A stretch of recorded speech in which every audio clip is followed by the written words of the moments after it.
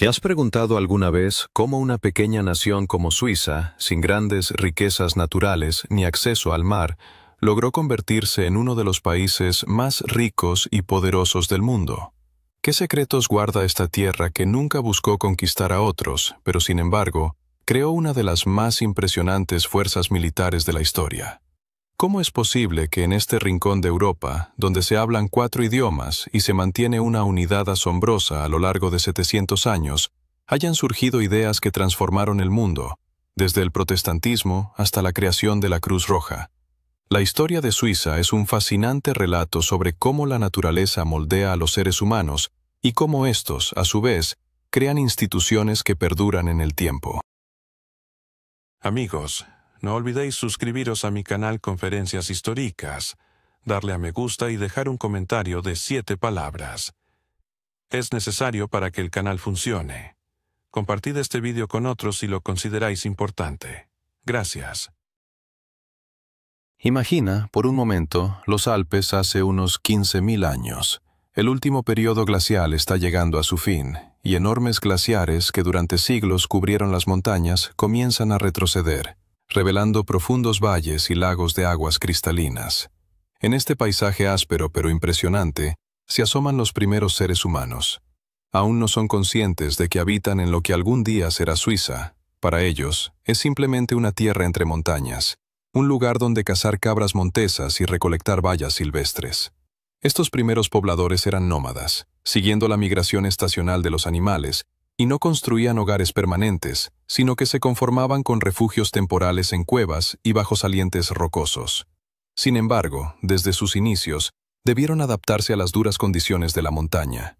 Cada tribu desarrollaba sus propias técnicas de supervivencia, creando rituales y creencias inspiradas por la majestuosidad de las montañas y la imprevisibilidad del clima alpino. Los arqueólogos han encontrado vestigios de estas personas en las profundidades de las cuevas alpinas. Herramientas de piedra, huesos de animales y hasta adornos primitivos nos cuentan la historia de aquellos que habitaron estas tierras mucho antes de la llegada de la escritura. Pero el hallazgo más sorprendente fue el de Ötzi, el hombre de hielo, descubierto en 1991 en la frontera de lo que hoy es Italia y Austria. Aunque Ötzi no fue encontrado en el territorio de la actual Suiza, su existencia nos brinda una ventana a la vida de los habitantes de los Alpes hace unos 5.300 años. Imagina a un hombre de aproximadamente 1,65 metros, vestido con ropa de piel y cuero, calzado especialmente diseñado para caminar por pendientes montañosas. Llevaba consigo un hacha de cobre, un cuchillo de sílex, un arco y flechas. Su cuerpo estaba adornado con tatuajes, posiblemente de carácter ritual o utilizados como una forma primitiva de acupuntura para aliviar el dolor articular, inevitable en la vida en las montañas. Mientras Ötzi y sus contemporáneos luchaban por sobrevivir en las alturas, en las valles que más tarde formarían parte de Suiza, comenzaban a surgir los primeros asentamientos permanentes. Hace unos 5.000 años, las comunidades aprendieron a construir viviendas sobre pilotes en las orillas de los lagos alpinos, un estilo de vida conocido como la cultura de las viviendas sobre pilotes. Los restos de estas antiguas aldeas han perdurado hasta nuestros días y forman parte del Patrimonio Mundial de la UNESCO. Imagina una aldea compuesta por varias decenas de casas construidas sobre pilotes de madera, elevadas sobre las aguas del lago. Esta disposición protegía a sus habitantes de depredadores y ataques enemigos, al tiempo que les proporcionaba fácil acceso al agua y a los peces. Las personas de esta cultura ya practicaban una agricultura primitiva, cultivando trigo y cebada, y domesticaban animales como vacas, ovejas y cabras. Conocían la cerámica, tejían ropa de lino y lana, y creaban adornos de piedra, hueso e incluso metal. La metalurgia hizo su aparición en el territorio que hoy conocemos como Suiza alrededor del cuarto milenio antes de Cristo. Al principio se trabajaba con cobre, un metal relativamente blando, del que se fabricaban simples adornos e instrumentos. Posteriormente, hacia el año 2500 antes de Cristo, las personas aprendieron a combinar el cobre con estaño, produciendo bronce, una aleación más dura y resistente. La edad del bronce trajo consigo nuevas tecnologías. una organización social más compleja y la expansión de las rutas comerciales. Visualiza caravanas de comerciantes atravesando peligrosos pasos alpinos, transportando estaño desde la lejana Bretaña, ámbar de las costas del Báltico y conchas del Mediterráneo. Desde entonces, los pasos montañosos a través de los Alpes se convirtieron en arterias comerciales vitales, conectando el norte y el sur de Europa. El control de estas rutas jugaría un papel crucial en la historia de Suiza a lo largo de los siglos. Alrededor del siglo VIII a.C., los Alpes entran en la Edad del Hierro.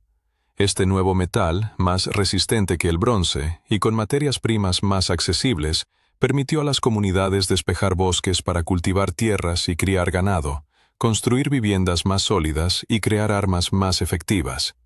Durante este tiempo, en la que hoy es Suiza, habitaban diversas tribus de la cultura celta. Los celtas no eran un solo pueblo en el sentido moderno. Más bien, eran un grupo de tribus unidas por características culturales y lingüísticas comunes. En el territorio actual de Suiza, vivían tribus celtas como los helvetios, los secuacos y los rauricos. Estas comunidades construían asentamientos fortificados en colinas, donde los campesinos se dedicaban a la agricultura, la artesanía y el comercio. Los celtas eran hábiles metalúrgicos, creando productos de hierro y bronce adornados con complejos patrones. Imagínate a un guerrero celta, alto, con el cabello largo a menudo teñido de colores brillantes gracias a la cal, luciendo un aspecto imponente y feroz. Su cuerpo estaba decorado con tatuajes y pintura de guerra, vestido con una túnica de cuadros, pantalones de lana y un manto sujeto en el hombro por un broche de bronce. Armado con una larga espada de hierro, una lanza y un escudo adornado con herrajes metálicos, llevaba alrededor de su cuello un collar de oro, símbolo de estatus y riqueza. La sociedad celta era jerárquica. En la cúspide se encontraban los guerreros aristócratas, seguidos por los druidas, que eran los guardianes del conocimiento y las tradiciones religiosas. Más abajo estaban los comuneros libres, agricultores, ganaderos y artesanos, y en la base de la pirámide, los esclavos, que eran prisioneros capturados en guerras o deudores incapaces de saldar sus deudas. Los celtas rendían culto a múltiples dioses y diosas que personificaban fuerzas de la naturaleza. Un aspecto particular de su religión era el culto a las cabezas, ya que creían que el alma de una persona residía en su cabeza. También veneraban fuentes sagradas, bosques y lagos, donde realizaban rituales y ofrecían ofrendas a sus deidades. Los druidas desempeñaban funciones de sacerdotes, jueces y guardianes de las tradiciones y conocimientos, transmitiendo su sabiduría de forma oral, sin confiar en las fuentes escritas. La vida de los celtas en los Alpes transcurrió de manera relativamente pacífica, hasta que una nueva fuerza comenzó a avanzar desde el sur, la República Romana. En el año 58 a.C., Julio César, designado gobernador de la Galia, se encontró con la migración masiva de los helvetios. Este pueblo celta, que habitaba el territorio de la actual Suiza, decidió abandonar sus tierras y trasladarse hacia el oeste, en busca de regiones más fértiles en la Galia. ¿Qué llevó a los helvetios a tomar esta decisión audaz y peligrosa? La respuesta a esta pregunta no solo nos desvelará más sobre la historia de Suiza, sino que también nos permitirá entender cómo este pequeño pero potente país se forjó a lo largo de los siglos. ¿Te has preguntado alguna vez qué llevó a un pueblo a tomar decisiones tan desesperadas como el desplazamiento de sus comunidades? ¿Cómo transformaron la presencia romana el paisaje y la cultura de la antigua Helvetia? ¿Qué fue lo que llevó al emperador Constantino a legalizar el cristianismo en el vasto imperio romano? La historia de Helvetia, conocida hoy como Suiza, está llena de eventos fascinantes y transformaciones significativas que moldearon su identidad. En sus anotaciones sobre la Guerra de las Galias, Julio César narra cómo el líder de los helvecios, Argitorix, persuadió a su pueblo de la necesidad de abandonar su hogar ancestral. Esta decisión marcó el inicio de un proceso de romanización que duró casi 5 siglos. Los romanos, al integrar las tierras helvecias en la provincia de Galia, llevaron consigo su cultura, idioma, leyes, tecnologías y un nuevo enfoque hacia la urbanización. Imagina la transición, donde antes existían asentamientos celtas Ahora surgían ciudades romanas con una planificación característica. Las calles se trazaban en líneas rectas y se cruzaban en ángulos rectos, con un foro en el centro, rodeado de templos, basílicas, teatros y termas. Ventiucum, que hoy conocemos como Abanch, se convirtió en la capital de la provincia, un importante centro administrativo y cultural, con una población de aproximadamente 20.000 habitantes. Otros asentamientos destacados incluían Augusta Raurica, Aguas, Vindonissa, Vindes, Lausana, Ginebra y Turicum, hoy conocida como Zúrich. Los romanos construyeron una red de caminos que unía estas ciudades entre sí y con el resto del imperio. Puentes sobre ríos y acueductos que llevaban agua a las ciudades se convirtieron en parte del paisaje. En las áreas rurales surgieron villas, grandes explotaciones agrícolas que pertenecían a ciudadanos romanos o a la nobleza celta romanizada, dedicándose a la producción de granos, vino, aceite de oliva y lana. Con el tiempo, la población local comenzó a adoptar el estilo de vida romano. La nobleza celta fue la primera en romanizarse, aprendiendo latín y adoptando la moda, costumbres y nombres romanos. Sus hijos recibían educación romana y se convertían en ciudadanos de pleno derecho del imperio.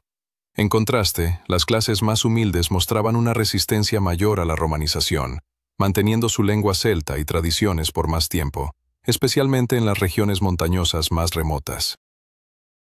Los romanos también trajeron consigo su religión politeísta, construyendo templos a Júpiter, Marte, Apolo, Minerva y Mercurio en las ciudades de Helvetia.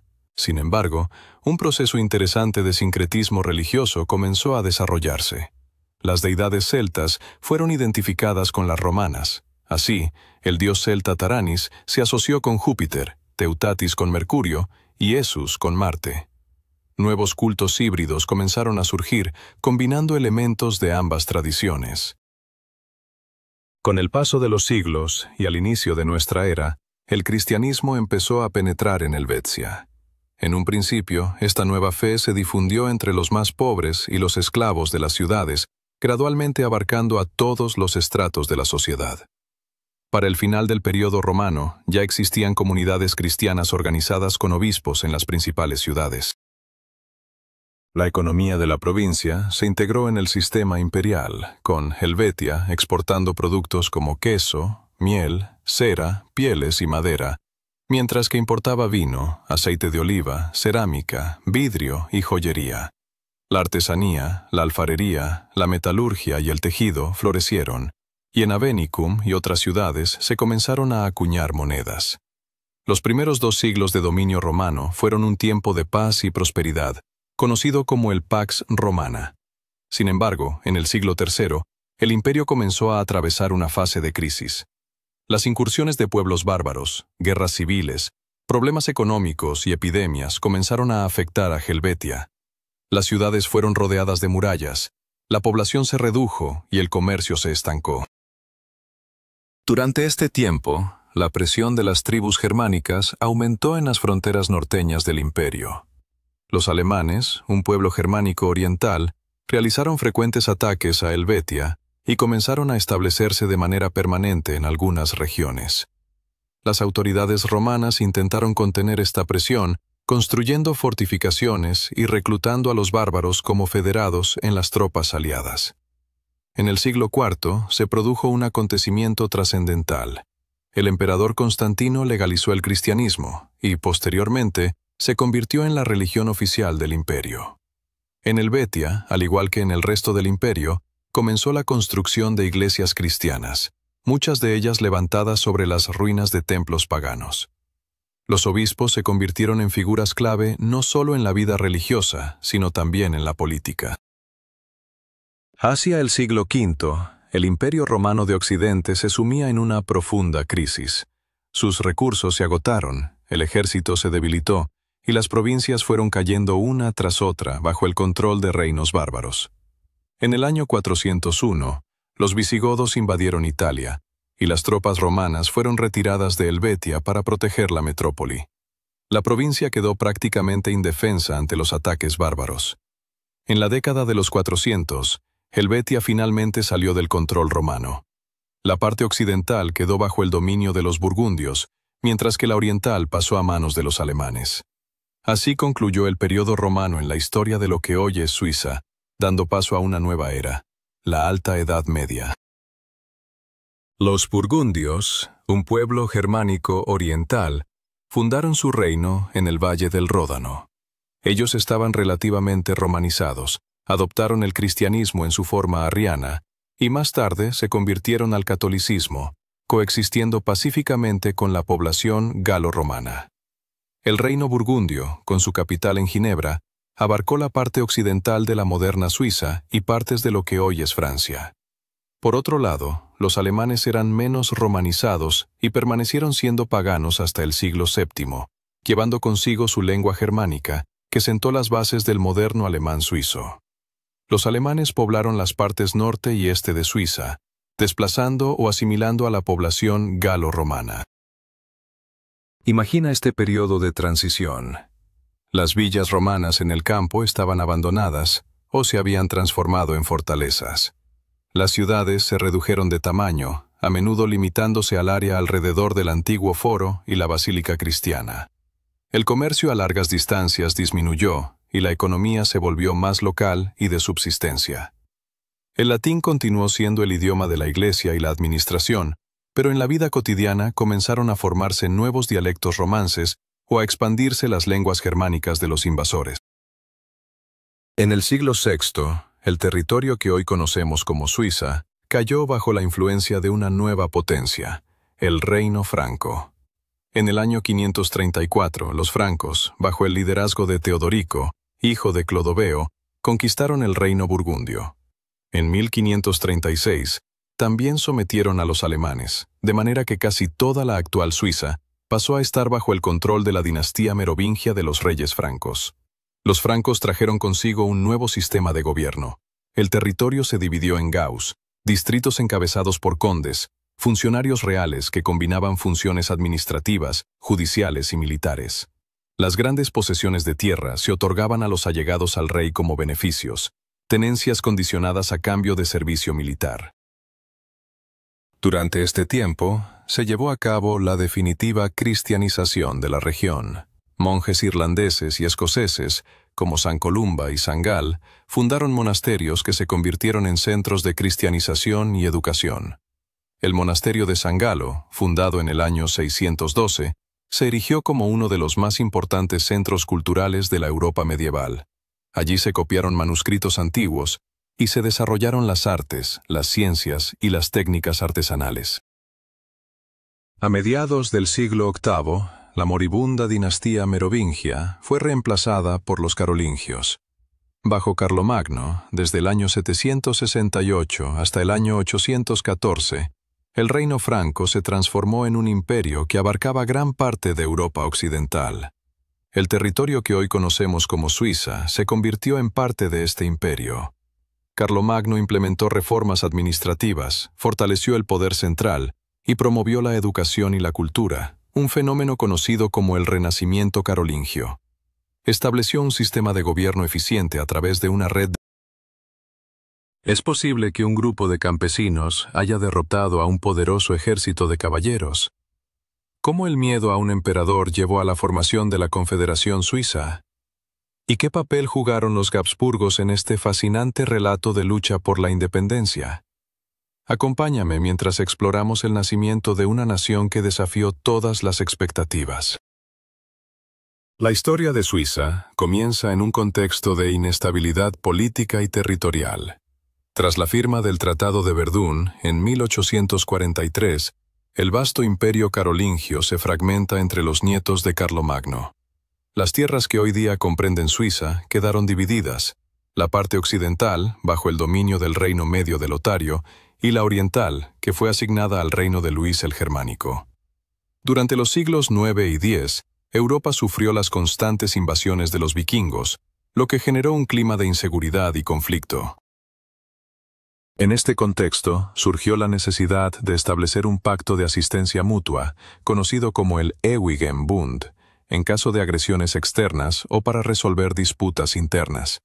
Un aspecto notable de este acuerdo era que los cantones participantes reconocían su lealtad a la Sagrada Imperio Romano, lo que indica que la independencia plena aún estaba lejos de ser alcanzada. Las tierras que más tarde se convertirían en los cantones suizos estaban estratégicamente ubicadas en el paso del San Gotardo, una ruta crucial que conectaba el norte de Italia con Alemania. Con la apertura de este paso en el siglo XIII, la importancia del área creció considerablemente, llamando la atención de poderosos señores feudales, especialmente de la Casa de Habsburgo, cuyos dominios se encontraban dentro de la actual Suiza, en el castillo de Habsburgo en el cantón de Argovia. Los Habsburgo anhelaban establecer control sobre los pasos alpinos, pero se encontraron con una tenaz resistencia por parte de los habitantes de los valles montañosos, quienes disfrutaban de una autonomía considerable. Los habitantes de estas regiones recibieron del emperador del Sacro Imperio Romano la privilegio de inmediación imperial, conocido como Reichsunmittelbarkeit, que les permitía rendir cuentas directamente al emperador, evitando la intermediación de señores feudales. Cuando en 1273 Rudolf de Habsburgo fue elegido emperador, los residentes de los cantones forestales temieron que él usaría su posición para ampliar sus dominios a expensas de sus libertades. Estos temores se intensificaron tras la muerte de Rudolf en 1291, marcando el inicio de un periodo de vacío de poder. En este contexto de incertidumbre, los cantones decidieron formar una alianza para proteger sus derechos y libertades. Un momento crucial en esta joven confederación llegó en 1315, cuando el duque Leopoldo, I Habsburgo, decidió acabar de una vez por todas con la resistencia de los montañeses. Reunió un ejército de caballeros y se marchó hacia Suiza. El 15 de noviembre de 1315, en la aldea de Morgarten, tuvo lugar un enfrentamiento entre el ejército de Habsburgo y el contingente de ciudadanos confederados. Imagina la escena: un angosto camino entre un escarpado monte y un lago, por el que avanza la caballería con toda su pompa. Los caballeros, enfundados en pesadas armaduras y armados con lanzas, se sentían invencibles. Pero, de repente, desde la cima del monte, llueven piedras y troncos, arrasando las primeras filas. El orden se rompe, surge el pánico. En ese instante, los soldados suizos, armados con alabardas y herramientas de campesinos, emergen de los bosques y lanzan su ataque contra los caballeros desmoralizados, incapaces de maniobrar en ese terreno tan reducido. El resultado es una aplastante victoria para los confederados. La victoria en Morgarten tuvo un impacto psicológico enorme. Campesinos y ciudadanos habían derrotado a un ejército de caballeros, considerado imbatible. Este triunfo fortaleció la fe de los confederados en su capacidad de autodefensa y atrajo la atención de otras ciudades y comunidades que también buscaban liberarse del dominio feudal. En diciembre de 1315, un mes después de la batalla, los tres cantones renovaron su alianza mediante el llamado Tratado de Brunnen.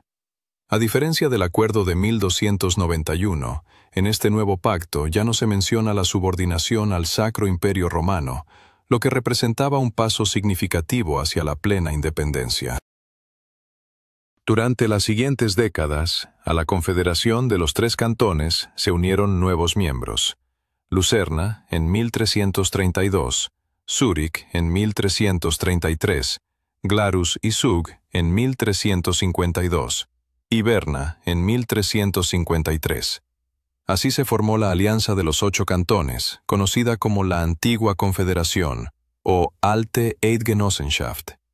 Cada nuevo miembro se unía por razones propias, pero todos compartían el deseo de autonomía y la defensa contra las ambiciones de los poderosos señores feudales. La Confederación no era un Estado unificado en el sentido moderno, era más bien una alianza político-militar de entidades soberanas. Cada cantón mantenía su propio sistema interno, leyes y costumbres. Los asuntos comunes se decidían en asambleas llamadas Tagsatzung, donde cada cantón tenía un voto, sin importar su tamaño o población. El tejido interno de los cantones variaba. Los cantones forestales eran democracias rurales, donde todos los hombres libres participaban en la Asamblea General, la Landsgemeinde, que elegía a los funcionarios y promulgaba las leyes. Los cantones urbanos, como Zúrich, Berna y Lucerna, tenían sistemas de gobierno más complejos, a menudo con elementos de oligarquía, donde el poder recaía en los gremios o en las familias patricias. A lo largo del siglo XIV, la Confederación continuó su lucha contra los Habsburgo. En 1339, los suizos lograron una victoria en la batalla de Laupen. En 1386, otro enfrentamiento significativo fue la batalla de Sempach, célebre por la leyenda del héroe Arnold von Winkelried, quien sacrificó su vida arrojándose sobre las lanzas de los caballeros austríacos, abriendo un paso para sus compañeros. El éxito militar de los confederados se debió a varios factores. Primero, aprovecharon la ventaja del terreno, montañas, bosques y caminos angostos donde los caballeros pesadamente armados no podían maniobrar de manera efectiva. Segundo, desarrollaron nuevas tácticas de combate, organizándose en formaciones en columna o carro, con largas lanzas dispuestas en los flancos, capaces de resistir los ataques de la caballería. Tercero, innovaron en armamento, creando la alabarda, que combinaba las funciones de lanza y hacha, ideal para enfrentar a la caballería. Para finales del siglo XIV, los Habsburgo se vieron obligados a reconocer la independencia de facto de la Confederación Suiza. En 1389, se firmó un tratado de paz en el que los duques austríacos renunciaron a sus pretensiones sobre las tierras suizas. El siglo XV se convirtió en un periodo de expansión territorial para la Confederación, que comenzó a conquistar nuevas tierras, las cuales se convertían en posesiones comunes, o Gemeinen Herrschaften, conocidas como subordinados aliados. Particularmente activos en esta expansión fueron Zúrich y Berna, que ampliaron sus territorios a expensas de los feudos vecinos. En 1415, los suizos invadieron el Ticino, una región italiana al sur de los Alpes. El duque de Milán se vio obligado a ceder el control del valle de Leventina, marcando la primera conquista de la Confederación fuera de sus tierras originales. Sin embargo, esta expansión también provocó conflictos internos entre los propios cantones. Entre 1436 y 1450 se desató la antigua Guerra de Zúrich, un conflicto armado entre Zúrich y los demás cantones por la herencia del último conde de Toggenburgo. Zúrich incluso se alió con los Habsburgo, enemigos históricos de la Confederación, pero finalmente sufrió una derrota y fue reintegrada en la alianza. A mediados del siglo XV, Suiza se enfrentaba a una nueva amenaza: las ambiciones del duque borgoñón Carlos el Temerario. En su intento de construir un poderoso estado entre Francia y el Sacro Imperio, entró en conflicto con los suizos por la ciudad de Mulaus y otros territorios. En 1476 tuvo lugar la batalla de Morat, uno de los enfrentamientos clave de las guerras borgoñonas. La infantería suiza derrotó. ¿Sabías que la derrota y muerte de Carlos el Temerario en Nancy, en 1477, catapultaron a los mercenarios suizos a la cima de la reputación militar en Europa? ¿Te has preguntado cómo las reformas de Zwinglio transformaron la vida religiosa y social en Suiza y qué impacto tuvieron en su economía? ¿Conoces el papel de Ginebra en la expansión del calvinismo y cómo la Guerra de los 30 años afectó la neutralidad suiza? Vamos a explorar juntos estos fascinantes acontecimientos que moldearon la historia de Suiza. La caída de Carlos el Temerario, el duque de Borgoña, dejó una huella indeleble en la historia militar europea. Su derrota no solo significó el fin de la ambición borgoñona, sino que también catapultó a los mercenarios suizos, quienes ganaron la reputación de ser los mejores infantes de Europa. Esta fama llevó a muchos monarcas europeos, particularmente al rey francés Luis XI, a contratar a estos hábiles soldados. En 1481, el rey firmó un tratado de paz eterna con la Confederación Suiza, estableciendo una especie de monopolio sobre los mercenarios suizos, lo que convirtió su servicio en una fuente crucial de ingresos para las ciudades y gremios suizos. A medida que la reforma se afianzaba en Suiza, las reformas de Ulrico Zwinglio se destacaron por su radicalismo en comparación con las de Lutero. Zwinglio no solo rechazó las indulgencias y el culto a los santos, sino que también se opuso a la misa, el monacato y la jerarquía eclesiástica. En un acto de purificación, los templos suizos se despojaron de íconos, estatuas y altares, dando paso a un servicio religioso más sencillo que se centraba en la predicación, la oración y el canto de salmos. Además, la riqueza de la iglesia fue secularizada. Muchos monasterios fueron cerrados, y sus tierras fueron transferidas a las ciudades para el establecimiento de escuelas, hospitales y orfanatos. En 1528, Berna, el cantón más poderoso de la Confederación, se unió a la Reforma, seguido por Basilea, Schaffhausen, Glaris y Appenzell. Sin embargo, los cantones forestales como Uri, Schwyz y Unterwalden, así como Lucerna, Zug, Friburgo y Solothurn, permanecieron fieles al catolicismo. Este cisma religioso generó tensiones internas en la Confederación, llevando a los cantones protestantes y católicos a formar alianzas separadas y prepararse para el conflicto. En 1529 ocurrió la Primera Guerra de Kappel, que concluyó sin derramamiento de sangre gracias a un tratado de paz que garantizó la libertad religiosa. A pesar de esta aparente paz, las tensiones persistieron y en 1531 estalló la Segunda Guerra de Kappel. En esta contienda, las fuerzas protestantes de Zúrich fueron derrotadas, y Zwinglio encontró la muerte en el campo de batalla.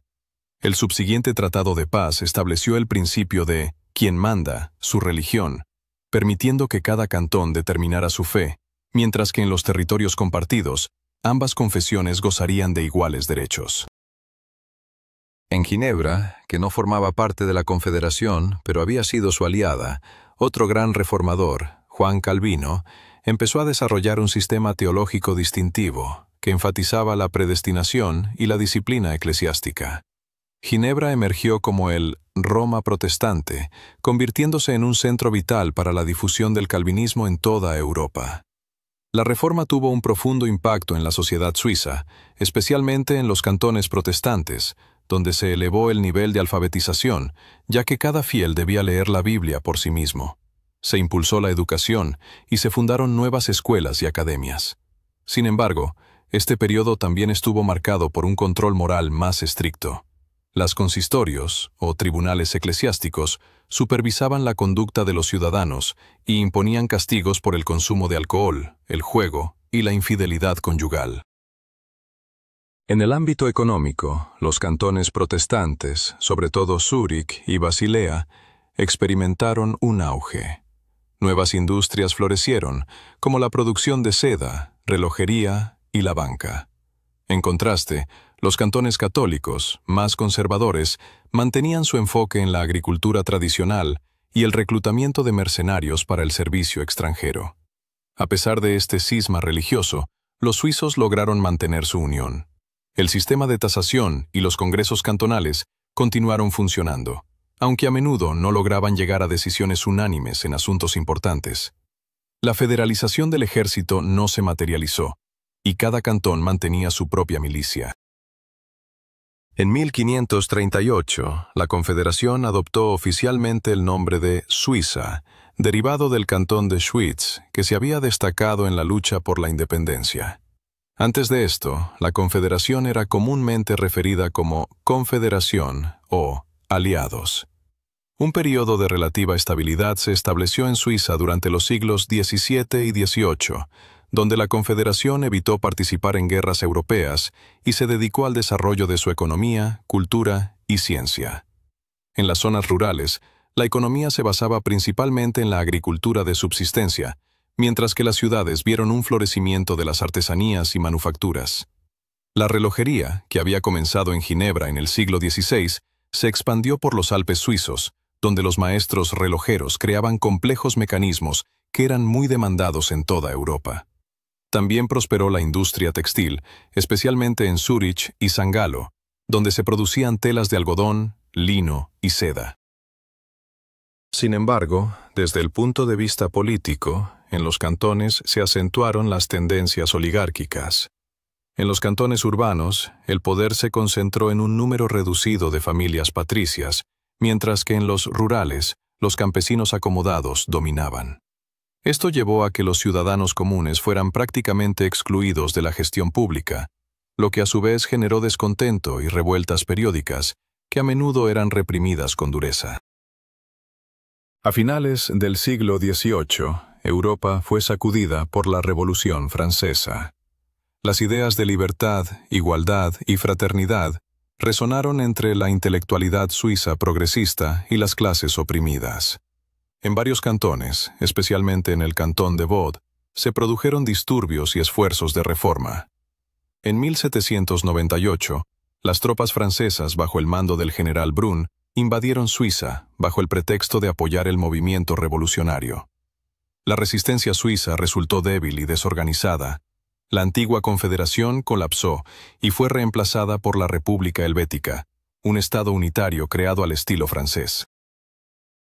La República Helvética implementó una constitución que garantizaba derechos y libertades civiles, abolía privilegios feudales y establecía un sistema monetario, así como medidas y pesos unificados. Suiza fue dividida en 19 departamentos en lugar de los antiguos cantones. Se introdujo el sufragio universal para hombres, aunque con censos de propiedad. Sin embargo, estas reformas radicales, especialmente la centralización del poder, provocaron resistencia, sobre todo en los cantones montañosos que habían disfrutado de una notable autonomía. En 1799, un levantamiento contra la ocupación francesa y el nuevo orden estalló en el centro de Suiza. Napoleón Bonaparte, quien había asumido el poder en Francia, reconoció que el modelo unitario no funcionaba para Suiza, dada su diversidad histórica, lingüística y religiosa. En 1803, promulgó el Acta de Mediación, que restauró la estructura federal de Suiza, aunque manteniendo muchas de las reformas progresistas de la República Helvética. Según este acto, Suiza constaba de 19 cantones, añadiendo 6 nuevos a los 13 antiguos: San Galo, Grisonia, Argovia, Turgovia, Tesino y Vaud. Cada cantón tenía su propia constitución y gobierno, y los asuntos comunes eran gestionados por una asamblea federal, presidida de manera rotativa por representantes de los 6 cantones más grandes. Aunque Suiza se consideraba formalmente independiente, en la práctica seguía siendo un satélite de Napoleón. El país suministraba tropas al ejército francés, hasta 16.000 hombres, participando en el bloqueo continental contra Inglaterra y permitiendo el paso de las tropas francesas a través de su territorio. Tras la derrota de Napoleón y el Congreso de Viena, Suiza se encontraba en una encrucijada.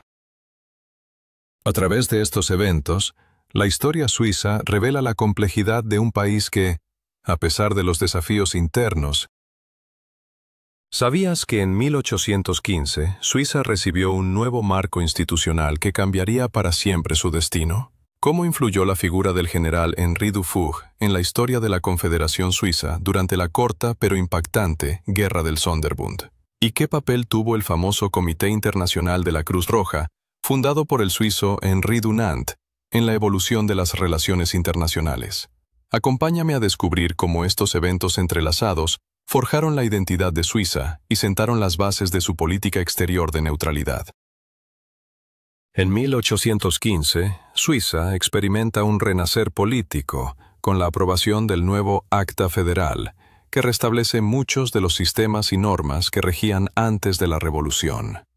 Durante este período, la autonomía de los cantones se fortalece, al tiempo que se limitan las libertades democráticas y se restauran algunas de las viejas privilegios feudalistas. 3 nuevos cantones, Valais, Neuchâtel y Ginebra, se unen a la Confederación, formando un total de 22 cantones. Las grandes potencias de la época garantizan la neutralidad perpetua de Suiza, un principio que se convierte en un pilar fundamental de su política exterior hasta nuestros días. Este periodo, que abarca desde 1815 hasta 1830, es conocido como la Restauración. En la mayoría de los cantones, el poder vuelve a las élites prerevolucionarias, como el patriciado en las ciudades y los terratenientes en el campo. En 1847, el Parlamento Federal decide declarar ilegal al Sonderbund, una coalición de cantones católicos que se opone a la creciente centralización del gobierno.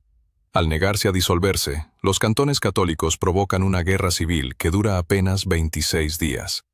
El conflicto termina con la victoria de las fuerzas federales bajo el mando del general Henri Dufour. A pesar de su corta duración y del bajo número de víctimas, que no superan el centenar, la Guerra del Sonderbund tiene un impacto significativo en el futuro de Suiza.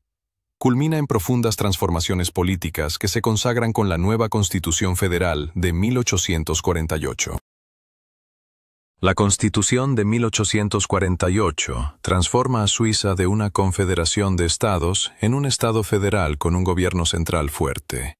Se establecen instituciones federales, incluyendo un parlamento bicameral, compuesto por el Consejo Nacional y el Consejo de Cantones, así como un Consejo Federal que actúa como un gobierno colegiado, compuesto por 7 miembros.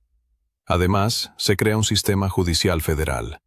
La adopción de una moneda única, la creación de un sistema postal unificado y la eliminación de las aduanas internas, junto con la estandarización de medidas y pesos, son algunos de los avances que se materializan en este periodo. Sin embargo, los cantones conservan una considerable autonomía en áreas como educación, cultura, policía y gobierno local. La nueva Constitución garantiza derechos y libertades civiles, la igualdad ante la ley y la libertad de religión. La segunda mitad del siglo XIX es testigo de un período de modernización e industrialización en Suiza. Se construyen ferrocarriles que conectan las ciudades y atraviesan los pasos alpinos. Uno de los hitos más importantes es el túnel ferroviario de San Gotardo, que se inaugura en 1882, conectando Suiza con Italia. La industria suiza florece, destacándose en sectores como la manufactura de maquinaria, productos químicos, alimentarios y textiles.